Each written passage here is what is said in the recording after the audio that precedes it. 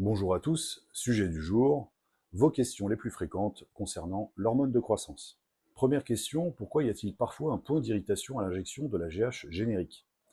Alors, ça peut être le mannitol, ça peut aussi être l'alcool benzylique. En fonction des labos, certains utilisent plus d'excipients que d'autres. Certains utilisent beaucoup de mannitol notamment parce que ça coûte que dalle et ça stabilise bien la poudre. Mais par contre, ça peut rendre aussi la solution hyperosmotique, c'est-à-dire que ça attire pas mal d'eau localement et ça peut provoquer une boule et forcément une irritation localisée au point d'injection. Et tant qu'on parle du mannitol, il n'est pas, comme pour la GH Pharma, utilisé pour contrôler la rétention d'eau et protéger la solution contre la dénaturation. En fait, il est utilisé surtout pour rendre la poudre plus homogène, plus stable et plus solide. Du coup, accélérer la manufacture, la production et l'expédition de la GH. Voilà. C'est avant tout pour économiser les coûts que le mannitol est utilisé par les labos UG. Aussi, si vous avez une irritation, on va dire localisée après l'injection, ça peut être une réponse immunitaire tout simplement. Pourquoi? Parce que il est possible que votre GH soit faite de 192 acides aminés au lieu de 191. Donc comme il y en a un supplémentaire que le corps ne reconnaît pas, il y a une réaction inflammatoire. Mais ça peut très bien arriver aussi avec une GH à 191 acides aminés si la qualité est mauvaise, si elle est maltraitée, etc., s'il y a des bactéries. Vous pouvez également avoir une inflammation localisée. Deuxième question, est-ce qu'on doit splitter la dose quotidienne de GH, par exemple matin et soir, ou prendre tout d'un coup avant d'aller se coucher?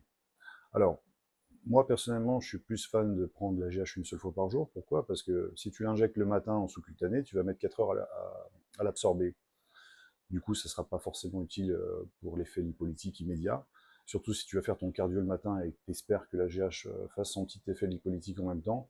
Éventuellement l'injecter en intramusculaire à ce moment-là, mais en même temps, si la veille au soir, tu as déjà pris de la GH, tu as encore l'effet lipolytique de la veille, tu as encore une pulsation d'IGF-1 qui est élevée. Donc, moi, je suis pas forcément fan d'injecter plusieurs fois par jour la GH. Je pense que ça perturbe le métabolisme du glucose. Et de toute façon, quand on regarde pardon, comment on appelle ça, le mode d'emploi des GH Pharma, elles disent toutes spécifiquement d'injecter une seule fois par jour, le soir avant de dormir.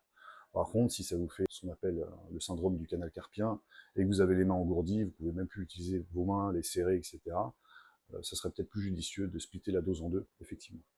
Troisième question, pourquoi certains pensent qu'il ne faut pas manger de glucides avec une injection de GH? Ouais, ça c'est un mythe qui a vraiment la vie dure, hein. Il est difficile à terminer celui-ci. Il y en a encore qui répètent ça à tue-tête alors que c'est parfaitement débile. Alors, il faut savoir que quand vous voulez stimuler votre production endogène de GH, donc la GH naturelle, via la glande pituitaire, effectivement, c'est préférable de ne pas avoir d'insuline du tout dans le sang pour pouvoir avoir une augmentation de cette sécrétion. Par exemple, si vous prenez des sécrétagogues de GH comme l'ipamoréline, etc., il est préférable, bien sûr, de ne pas manger pour augmenter cette production endogène de GH via la signalétique utilisée par ces peptides.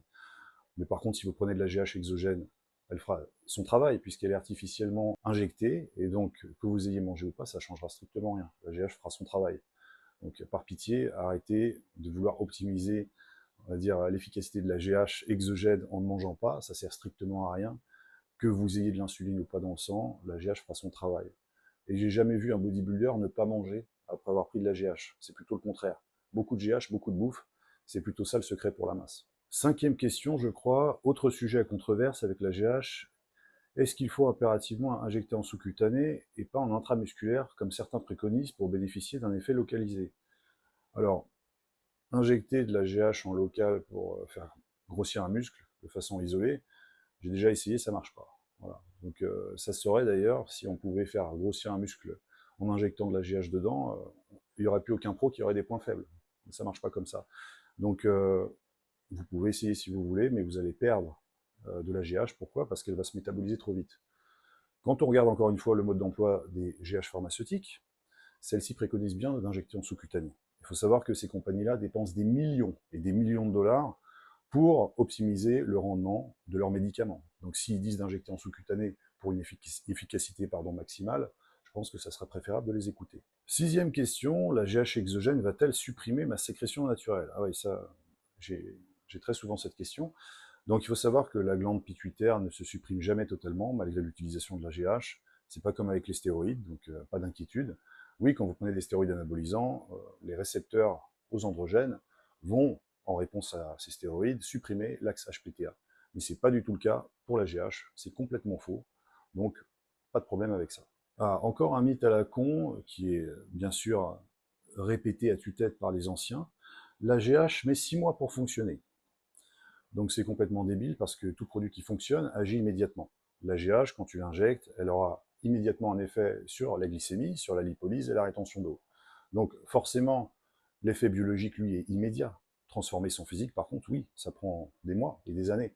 Mais l'effet biologique, il a un impact immédiat. Vous verrez, si vous utilisez de la GH plusieurs jours consécutifs, vous verrez immédiatement que vous serez plus rond et plus sec devant la glace.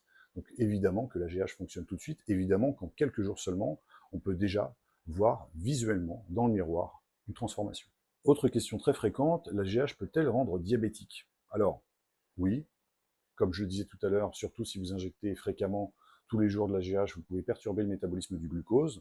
Donc c'est un fait physiologique, la GH diminue la sensibilité à l'insuline. Néanmoins, en face, ce qui va changer l'équation, c'est le muscle. Le muscle, c'est le meilleur antidiabétique qui soit. Il faut savoir que les muscles sont un puits à glucose. Forcément, plus vous êtes musclé, logiquement, plus vous êtes sensible à l'insuline. Vous ajoutez à ça l'entraînement, l'activité physique. En toute logique, vous avez suffisamment, on va dire, de points forts à côté qui vous empêcheront d'avoir un métabolisme bloqué et d'avoir une résistance à l'insuline qui s'installe, pour la plupart des gens. Donc, tu as deux forces opposées. D'un côté, tu as la GH qui diminue la sensibilité à l'insuline, mais de l'autre côté, tu as le muscle et l'entraînement. Le muscle, c'est l'éponge à sucre, et l'entraînement, on le sait tous, ça régule la glycémie, ça rend plus sensible à l'insuline. Donc, en tout état de cause, vous allez vous en sortir correctement si vous êtes actif et si vous ne prenez pas de la GH 10 fois par jour, tout en restant sur votre canapé. C'est vrai que la GH dilate le bide et donne le fameux GH gut. Alors, j'émettrai une nuance par rapport à ça quand même. Pourquoi? Parce que la GH, certainement, augmente l'IGF-1 et c'est un facteur de croissance. Donc, à long terme, on peut potentiellement avoir les organes qui grossissent. Mais il faut savoir que maintenant, je trouve qu'il y a moins de gros bides proéminents sur scène que dans les années 2000.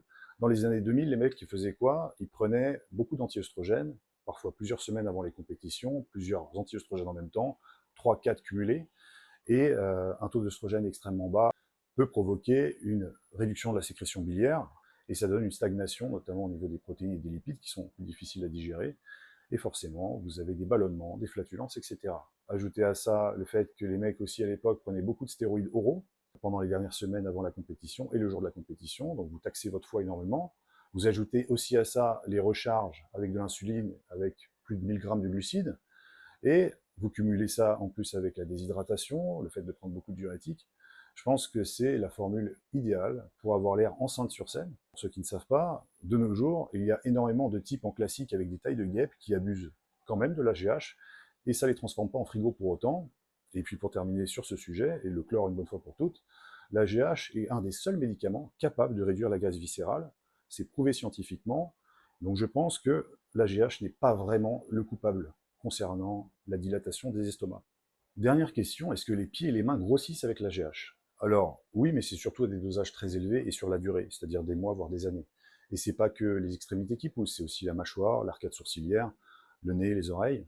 Donc oui, on peut tout à fait avoir une croissance tissulaire progressive, type acromégalie légère, au fil du temps. On peut le constater chez certains pros et gros utilisateurs de GH. Donc c'est avant tout dû à la rétention d'eau, comme je disais, aux extrémités, mais aussi au niveau du visage. C'est aussi dû à la croissance des tissus conjonctifs, mais aussi, on va dire, à l'épaississement de la peau. Et enfin, vous avez, grâce à l'axe de l'IGF-1, une croissance accélérée de tous les tissus, même les ongles poussent plus vite. Certains remarquent parfois, à long terme, une prise de pointure supplémentaire au niveau des chaussures, voire deux, des mains plus gonflées, donc plus de difficultés à mettre certaines bagues ou à les garder.